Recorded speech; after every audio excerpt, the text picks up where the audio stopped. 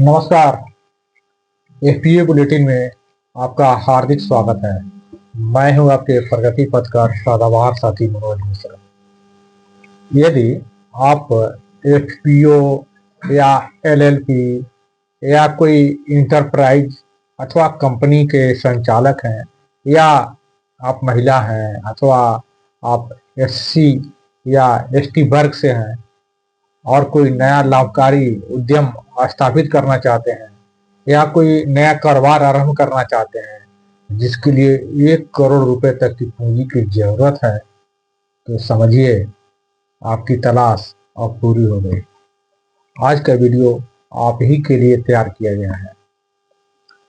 आज के वीडियो में भारत सरकार द्वारा संचालित एक अत्यंत ही महत्वाकांक्षी ऋण योजना के बारे में आपको जानकारी मिलने वाली है।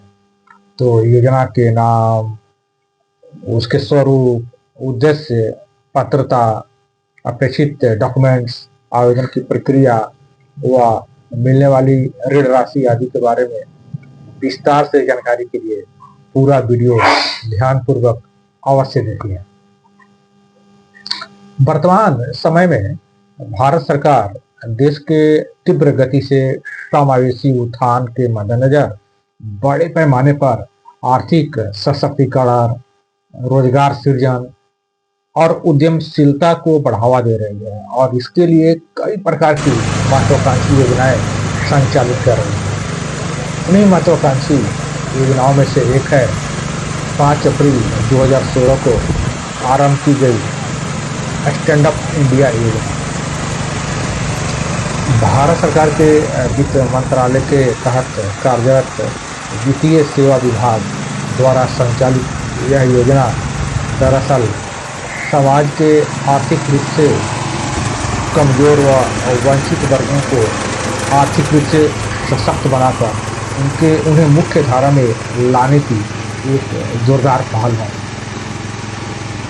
आइए हम लोग योजना के थोड़ा स्वरूप को समझ लेते हैं। देखिए, स्टैंड अप इंडिया के अंतर्गत केवल ग्रीनफील्ड परियोजनाओं के लिए 10 लाख रुपए से लेकर 1 करोड़ रुपए तक की ऋण सुविधा प्रदान की जा रही है।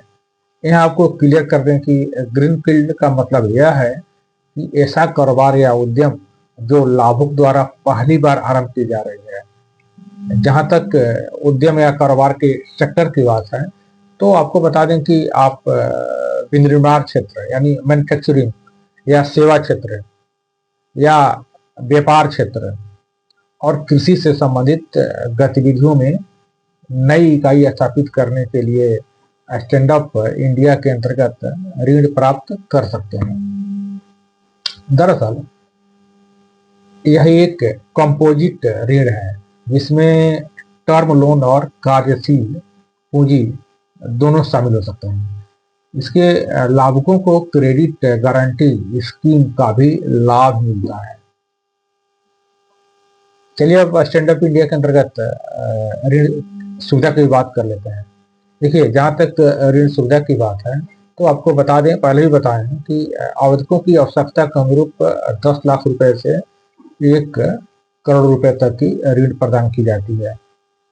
यह ऋण 18 महीने के अधिकतम मोरटोरियम पीरियड के साथ 7 वर्षों में चुकाया जा सकता है। लाभुकों की सुविधा के लिए उन्हें रुपे कार्ड भी प्रदान किया जाता है।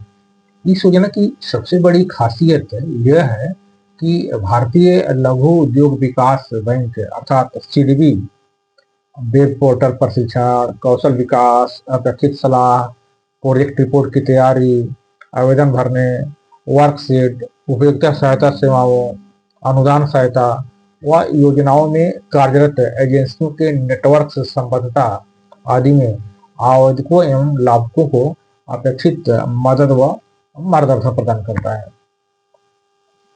आइए अब यह भी जानकारी हासिल कर लें कि स्टैंड अप इंडिया योजना का लाभ किन्हें मिल सकता है, अर्थात इस योजना की पात्रता का मानदंड क्या है। तो देखिए, यदि कोई आवेदक व्यक्तिगत उद्यमी है तो उसकी उम्र 18 वर्ष से अधिक होनी चाहिए।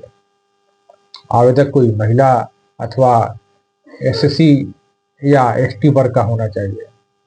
यदि आवेदक कोई एफपीओ या एलएलपी या कोई कंपनी या कोई विधिमान इंटरप्राइज हो तो उसमें महिला उद्यमियों अथवा एससी या एसटी वर्ग की हिस्सेदारी वो नियंत्रण कम से कम 51% अवश्य होनी चाहिए। हाँ, आवेदक किसी बैंक या वित्तीय संस्थान का डिफॉल्टर नहीं होना चाहिए। यहाँ एक बात आपको पुनः स्मरण करा देना चाहते हैं कि स्टैंड अप इंडिया के अंतर्गत केवल ग्रीनफील्ड परियोजनाओं यानी केवल नए उद्यमों या कारोबार के लिए ही वित्तीय सहायता प्रदान की जाती है, जिसमें विनिर्माण, सेवा, व्यापार क्षेत्र और कृषि से संबंधित कारोबारी गतिविधियां शामिल है। चलिए अब स्टैंड अप इंडिया के अंतर्गत ऋण के लिए आवेदन करने के तरीके के बारे में समझ लिया जाए। देखिए, इस योजना के अंतर्गत ऋण प्राप्ति के लिए 2 तरीके से आवेदन किया जा सकता है। पहला तरीका है ऑफलाइन आवेदन और दूसरा तरीका है ऑनलाइन आवेदन।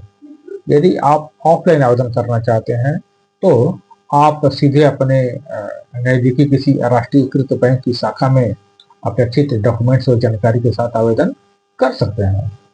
इसके अलावा आप अपेक्षित डॉक्यूमेंट्स व जानकारी के साथ अपने जिले के लीड डिस्ट्रिक्ट मैनेजर यानी एलडीएम के माध्यम से भी आवेदन कर सकते हैं।